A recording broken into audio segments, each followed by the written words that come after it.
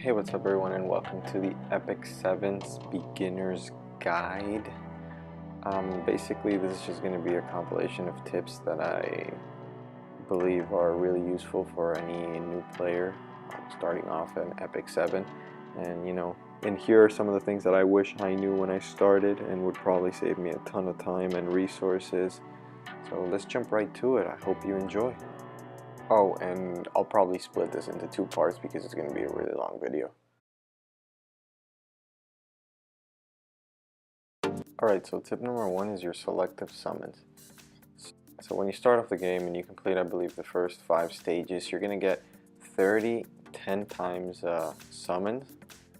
And with these, you can summon heroes from a specific pool, which can be displayed, I believe, right next to the summon icon. So I know that with this much choice, it might be a little hard for a new player to know which hero to get. So I'm going to try to narrow it down as much as I possibly can.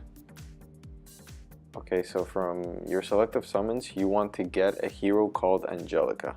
She is a water 4-star healer. And I know it sounds a little bit weird that you want to pick a healer over a DPS, but trust me, Angelica is one of the best characters in the game, and in my opinion, the best healer in the game. So, and what I mean by that she is the best healer and one of the best characters is that she's useful in every single endgame hunt and practically required for your Wyvern 11, which is where you will get most of your gear from, since endgame almost everybody uses speed gear in it. So you'll basically be farming that 24/7. Okay, so if you're lucky enough, you can pull Angelica and also get a DPS. But if you honestly don't care too much about healers, which you should in this game, but let's say you don't care what I have to say about it and you just want a strong hitting character, I would recommend that you go for someone like Zez, Sid, which is one of the best single target DPS in the game, Clarissa, she's very useful, Iseria, Vildred, or Ken. No, but seriously, get Angelica. You will regret if you don't.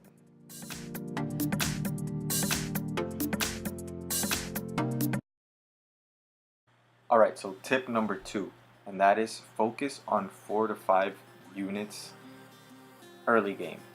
So don't overspread your resource, and this is done for mainly 2 reasons. One is so that you have a stable, a core team, which can help you clear your your adventure story mode, your side stories, your raids, your abyss, and most of your hunts, because once you get to the end floors, you're gonna need more specialized heroes. And 2, so you don't burn out and let the grind of the game and the constant influx of heroes kind of distract you to getting to that point a lot quicker. So once you get to a place in the game where you need specialized heroes, like in Wyvern 10 and 11, as you just saw, I upgraded my Angelica because I need her to be able to clear Wyvern 10 and 11. So there you can begin to build other units which are necessary for these specific content. But until that time comes, I highly recommend that you just focus on your core team, on the heroes that you plan on using for your adventures, etc. So 2 DPS and a healer. Healer is extremely important.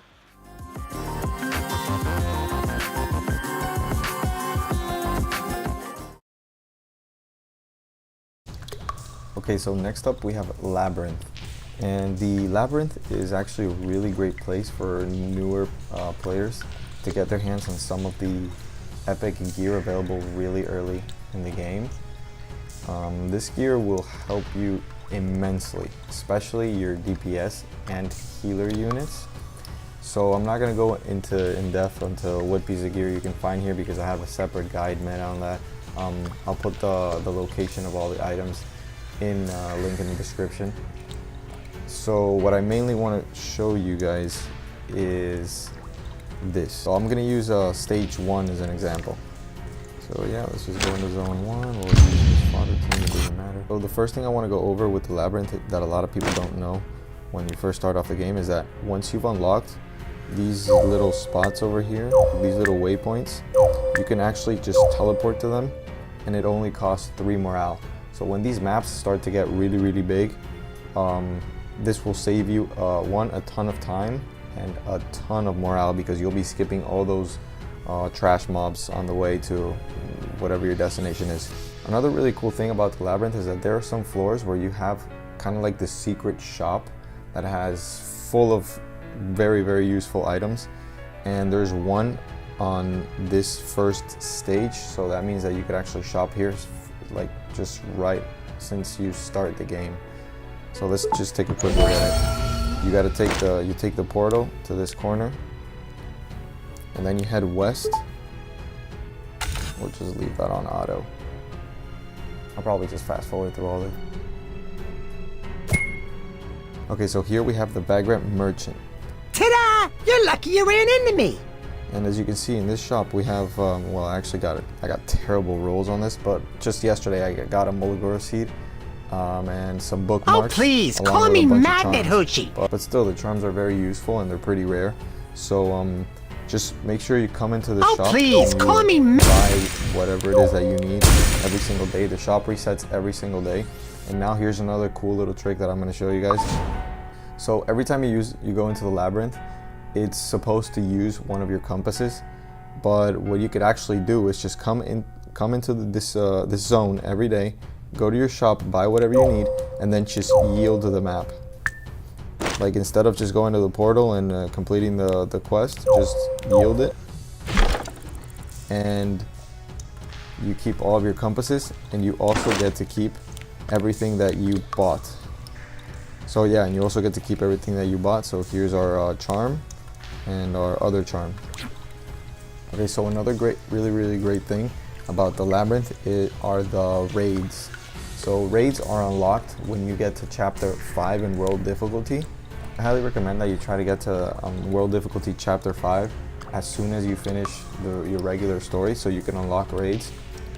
And the reason for this is because the drops in raids are actually really good. You could actually see a list of them right here. Sometimes the RNG will screw you up a little bit, but still, these epic item level 65 will really help you out. Especially these speed boots, they're fantastic. These set of gear are going to be kind of like your stepping stone into getting into your hunts, like your Wyvern 10 and 11. So these will definitely help you get geared up for those hunts. Okay, so after completing your raids and your regular labyrinths, you're gonna get a currency that is What do you think? Ancient coins, and there are only 2 ways that you could get this, and one is through the hunt missions, and the other one is through Raid and Labyrinth. So from this shop here, I know that when you start the game, this chest right here might be really tempting to get.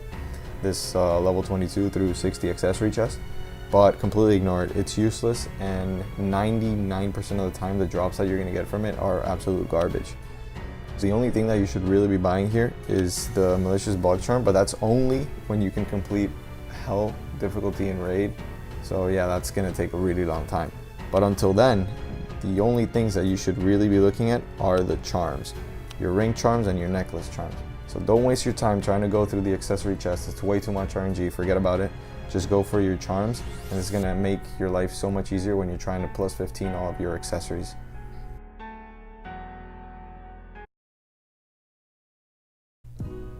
Alright, so tip number 4 are your sanctuary upgrades. Step 1, we want to upgrade your Forest of Souls. We want to focus on the Soul of Isle extension, and we want to get that to +3 as soon as possible. This will allow you to nurture 3 creatures simultaneously, which will allow you to, do 3 phantasms at a time, or have a bunch of penguins there, which you probably never will. But oh, and your Molagora seeds, of course. But yeah, having 3 slots open here is going to be of so much help, because like that you can leave 3 phantasms overnight, and it's going to help you, have fodder a bit more consistently in the game. So once this is done, step 2 is your high command. So in our high command, it's really simple. We want to go to administration, and we want to give that 1 upgrade. So 1 out of the 3. We do this to unlock our hunt missions, which are the ones that give us the most valuable you know, free currency in the game, which are the ancient coins that we spoke about before, and these are, you know, solely spent on charms. So make sure that you always have your hunt missions going, that you always have a team out. Okay, and step 3, we want to go to our steel workshop. Now this one's really simple. In our steel workshop, we just want to max out all the buildings. And the reason for this is that later on in the game, once you start doing your hunts, you will spend an obscene amount of gold and resources here.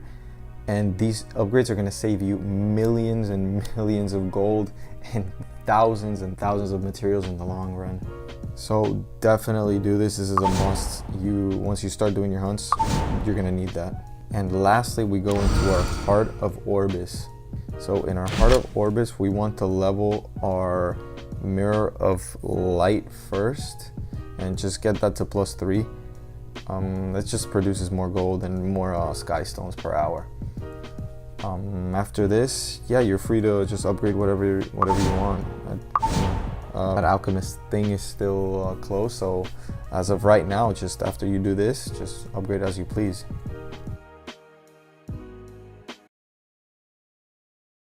Alright, so tip number 5 is penguins for gold. So a lot of the newer players don't know that you can actually sell your penguins for quite a hefty amount of gold. So the 2-star penguins go for 18,000 and the smaller ones go for 6,000 gold. And since we spend so much time farming stages and repeating them over and over again, I would highly recommend that you just sell these penguins, especially if you're early on in the game, because gold is such a scarce resource in this game. It won't become really abundant until you are capable of autoing and just farming your your stage 11 hunts. So right now the only people that have a lot of gold are those that can, you know, completely auto Wyvern 10 and 11.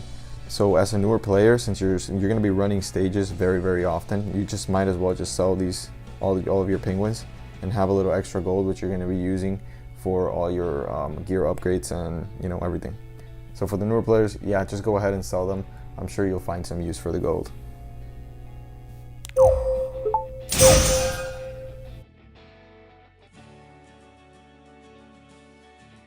Alright, so beginner tip number 6 is your What do you think? Mologoras.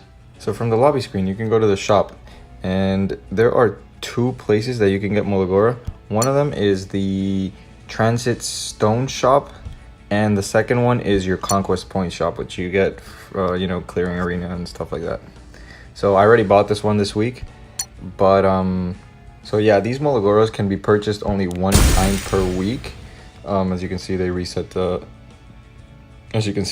1 day from now. I already bought mine here, but yeah, also always make sure to buy these every single week. Never forget. Another place that you can get them from is from your guild. This is one of the reasons why it's really important for you guys to join a guild as soon as you are able to in the game. So every week you just want to go in here to the member shop, and you want to make sure that you have enough guild points to purchase this Molagora seed every single week. This is the same as the other shops.